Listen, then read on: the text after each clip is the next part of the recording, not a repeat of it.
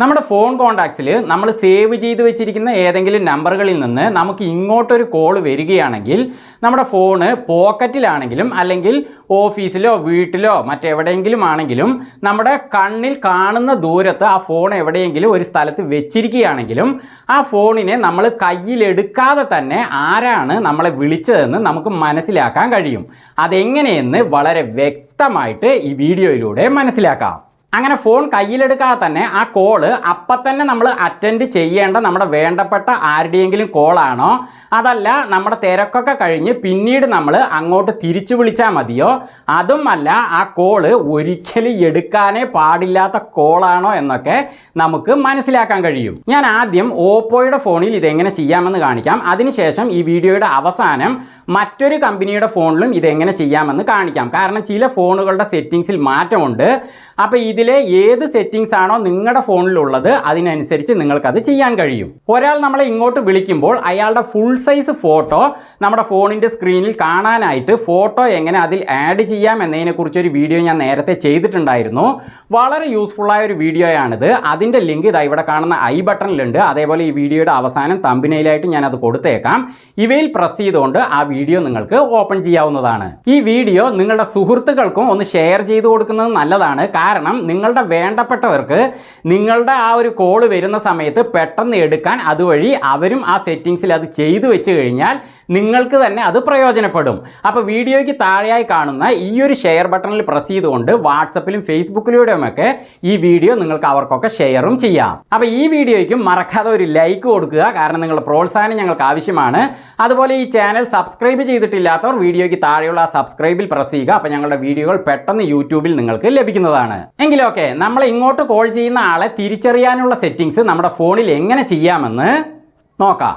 അപ്പോൾ ഇത് എങ്ങനെ സെറ്റ് ചെയ്യാമെന്ന് നോക്കുന്നതിന് മുമ്പ് ആദ്യം നമ്മുടെ ഫോണിൽ ഒരു കാര്യം ചെയ്യേണ്ടതുണ്ട്. അതിനായിട്ട് ഞാൻ എൻ്റെ ഫോണിലെ പ്ലേ സ്റ്റോറിൻ്റെ ഐക്കണിൽ പ്രസ് ചെയ്ത് അത് ഓപ്പൺ ചെയ്യുന്നു. അങ്ങനെ പ്ലേ സ്റ്റോർ ഓപ്പൺ ആയി. ഇനി സ്ക്രീനിൻ്റെ ഏറ്റവും താഴെയായി കാണുന്ന ഈ ഒരു സെർച്ചിൽ ഞാനൊന്ന് പ്രസ് ചെയ്യുന്നു. ഇനി മുകളിൽ കാണുന്ന സെർച്ച് ബാറിൽ ഞാനൊന്ന് പ്രസ് ചെയ്യുന്നു. ഇപ്പോൾ താഴെ വന്നിരിക്കുന്ന കീബോർഡിൽ കോണ്ടാക്ട്സ് എന്ന് ഞാൻ ടൈപ്പ് ചെയ്യുന്നു. അപ്പോൾ ഇതുപോലെ സെർച്ച് ബാറിന് താഴെയായിട്ട് കോണ്ടാക്ട്സ് ആപ്പ് എന്നോ അല്ലെങ്കിൽ കോണ്ടാക്ട്സ് എന്നോ കാണിക്കും. അപ്പോൾ അതിൽ പ്രസ് ചെയ്ത് നമ്മളത് ഓപ്പൺ ചെയ്യണം. അപ്പോൾ ഞാൻ ആ കോണ്ടാക്ട്സ് ആപ്പിൽ പ്രസ് ചെയ്യുന്നു. ഇപ്പൊ സ്ക്രീനിന് മുകളിലായിട്ട് കോണ്ടാക്ട്സ് ആപ്പ് കാണിക്കുന്നുണ്ട്. അപ്പൊ ഞാൻ അതിലൊന്ന് പ്രസ് ചെയ്യുന്നു. അപ്പൊ നിങ്ങളുടെ ഫോണിലുള്ള കോണ്ടാക്ട്സ് ആപ്പ് നിങ്ങൾ അടുത്തൊന്നും അപ്ഡേറ്റ് ചെയ്തിരുന്നില്ല എങ്കിൽ നിങ്ങൾ ഈ സ്ക്രീനിൽ വരുമ്പോൾ ദാ ഇവിടെ അപ്ഡേറ്റ് എന്നാണ് ഇതുപോലെ കാണിക്കുക. അപ്പൊ അതിൽ പ്രസ് ചെയ്തുകൊണ്ട് ഒന്ന് അപ്ഡേറ്റ് ചെയ്യുക. അപ്പൊ ഞാൻ അതിലൊന്ന് ടച്ച് ചെയ്യുന്നു.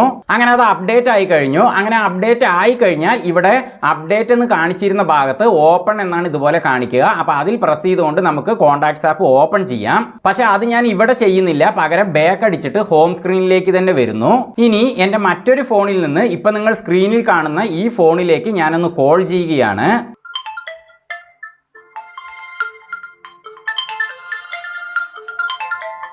അങ്ങനെ കോൾ ഇവിടെ വന്നപ്പോൾ നമ്മളിവിടെ കേട്ട ആ റിംഗ് ടോണ് ഈ ഫോണിലെ ഡിഫാൾട്ട് റിംഗ് ടോൺ ആണ്. അതായത് ഇതിൽ സെറ്റ് ചെയ്ത് വെച്ചിരിക്കുന്ന ഡിവൈസിന്റെ തന്നെ ആ ഒരു റിംഗ് ടോൺ ആണ്. ഇനി എൻ്റെ ഫോണിലെ കോണ്ടാക്ട്സ് ആപ്പിന്റെ ഈ കാണുന്ന ഐക്കണിൽ പ്രസ് ചെയ്തുകൊണ്ട് ഞാനതൊന്ന് ഓപ്പൺ ചെയ്യുന്നു. അങ്ങനെ എൻ്റെ ഫോൺ കോണ്ടാക്ട്സ് ഇവിടെ ഓപ്പൺ ആയിട്ടുണ്ട്. എൻ്റെ ഫോണിൽ ഞാൻ സേവ് ചെയ്ത് വെച്ചിരിക്കുന്ന ഇവിടെ കാണുന്ന ഏതൊരു നമ്പറിലേക്കും എനിക്ക് ആ ഒരു സെറ്റിംഗ്സ് എനേബിൾ ചെയ്യാം. അപ്പൊ ഞാൻ എൻ്റെ വൈഫിന്റെ കോണ്ടാക്ട്സ് നമ്പർ ഇതിൽ സേവ് ചെയ്ത് വെച്ചിട്ടുണ്ട്. അപ്പൊ വൈഫിന്റെ കോണ്ടാക്ട്സ് നമ്പർ എളുപ്പത്തിൽ ലഭിക്കുന്നതിനായിട്ട് ആ മുകളിൽ കാണുന്ന സെർച്ച് ബാറിൽ ഞാനൊന്ന് പ്രസ് ചെയ്യുന്നു. ഇനി താഴെ വന്നിരിക്കുന്ന കീബോർഡിൽ സോണി എന്ന് ഞാൻ ടൈപ്പ് ചെയ്യുന്നു. അങ്ങനെ ടൈപ്പ് ചെയ്യാൻ തുടങ്ങിയപ്പോൾ തന്നെ സെർച്ച് ബാറിന് ഏറ്റവും താഴെയായിട്ട് സോണി മാർട്ടിൻ എന്ന ആ കോണ്ടാക്ട് നമ്പർ ഇവിടെ കാണിക്കുന്നുണ്ട്. അപ്പൊ ഞാൻ അതിൽ പ്രസ് ചെയ്ത് ആ കോണ്ടാക്ട് നമ്പർ ഓപ്പൺ ചെയ്യുന്നു. അങ്ങനെ വൈഫിന്റെ കോണ്ടാക്ട് ഇൻഫോ ഇവിടെ ഓപ്പൺ ആയിട്ടുണ്ട്. ഇനി ഞാൻ സ്ക്രീനിനെ മുകളിലേക്ക് ഒന്ന് നീക്കുന്നു.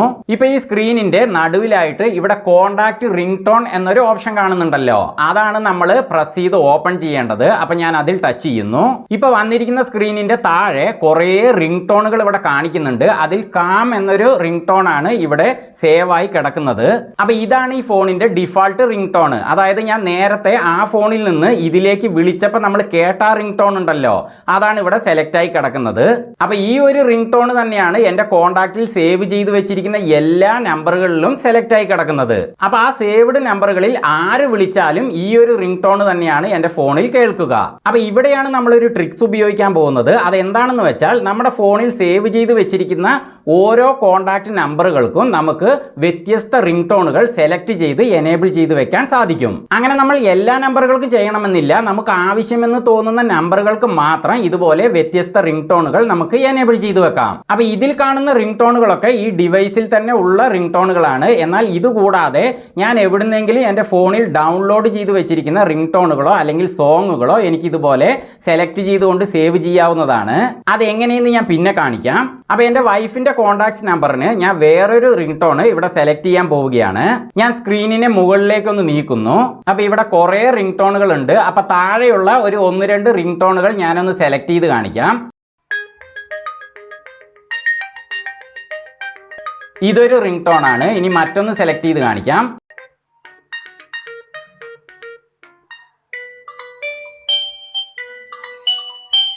കണ്ടില്ലേ, സെലക്ട് ചെയ്യുന്ന ഓരോ റിംഗ് ടോണുകളും വ്യത്യസ്തമാണ്. ഞാൻ സ്ക്രീനിനെ താഴേക്ക് തന്നെ ഡ്രാഗ് ചെയ്യുന്നു. ഇനി ഇതാ ഇവിടെ ടെമ്പിൾ എന്നൊരു റിംഗ് ടോൺ കാണുന്നുണ്ടല്ലോ, അത് ഞാൻ പ്രസ് ചെയ്ത് സെലക്ട് ചെയ്യുകയാണ്. അങ്ങനെ ആ ഒരു റിംഗ് ടോൺ ഈ ഒരു നമ്പറിലേക്ക് സേവ് ആയി കഴിഞ്ഞു. ഇനി ഞാൻ ബാക്ക് അടിച്ച് ഹോം സ്ക്രീനിലേക്ക് തന്നെ പോകുന്നു. അതിനായിട്ട് സ്ക്രീനിന്റെ താഴെയായിട്ടുള്ള ബാക്ക് ബട്ടണിൽ പ്രസ് ചെയ്തുകൊണ്ടോ അല്ലെങ്കിൽ സ്ക്രീനിന്റെ മുകളിൽ ലെഫ്റ്റ് സൈഡിലായി കാണുന്ന ഈ ഒരു ആരോയിലോ നമുക്ക് പ്രസ് ചെയ്യാം. അപ്പം ഞാൻ ഈ ആരോയിൽ പ്രസ് ചെയ്യുന്നു. ഇനി ബാക്ക് ബട്ടണിൽ പ്രസ് ചെയ്തുകൊണ്ട് ഞാനിപ്പോൾ ഹോം സ്ക്രീനിലേക്ക് തന്നെ വന്നിട്ടുണ്ട്. ഇനി ഞാൻ എൻ്റെ വൈഫിന്റെ ഫോണിൽ നിന്ന് ഈ ഫോണിലേക്ക് കോൾ ചെയ്യുകയാണ്.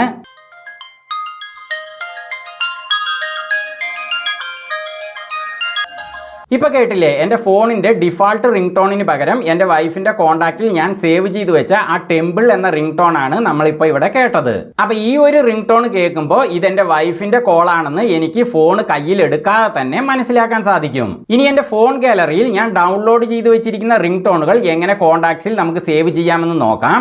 അതിനായിട്ട് ഞാൻ വീണ്ടും കോൺടാക്ട്സ് ആപ്പിൻ്റെ ഐക്കണിൽ പ്രസ് ചെയ്യുന്നു. വീണ്ടും എൻ്റെ വൈഫിൻ്റെ കോൺടാക്റ്റ് നമ്പർ തന്നെ ഇവിടെ ഞാൻ ഓപ്പൺ ചെയ്യുന്നു. ഇനി ആ കോൺടാക്റ്റ് റിംഗ് ടോൺ എന്ന ഓപ്ഷൻ തന്നെ വീണ്ടും ഞാൻ പ്രസ് ചെയ്ത് ഓപ്പൺ ചെയ്യുന്നു. അങ്ങനെ വീണ്ടും റിംഗ് ടോണുകളുടെ ഈ സ്ക്രീനിലേക്ക് തന്നെ വന്നിരിക്കുന്നു. ഇനി ഈ സ്ക്രീനിന്റെ ഏറ്റവും മുകളിലായിട്ടുള്ള ആദ്യത്തെ ഓപ്ഷൻ ഓൺ ദിസ് ഡിവൈസ് ആണ്. അപ്പൊ അതിൽ ഞാൻ പ്രസ് ചെയ്ത് ഓപ്പൺ ചെയ്യുന്നു. ഇപ്പൊ എന്റെ ഫോൺ ഗാലറിയിൽ ഞാൻ ഡൗൺലോഡ് ചെയ്ത് വെച്ചിരിക്കുന്ന മ്യൂസിക്കുകളും അതേപോലെ സോങ്ങുകളൊക്കെ ഇവിടെ ഓപ്പൺ ആയിട്ടുണ്ട്. അപ്പൊ അതിൽ 1-2 ഞാൻ ഇവിടെ പ്രസ് ചെയ്ത് കാണിക്കാം. ഇതൊരു പഴയ തമിഴ് സിനിമ സോങ്ങിന്റെ മ്യൂസിക് ആണ്. ഇത് യൂട്യൂബ് ആൽബത്തിലുള്ള മറ്റൊരു മ്യൂസിക് ആണ്.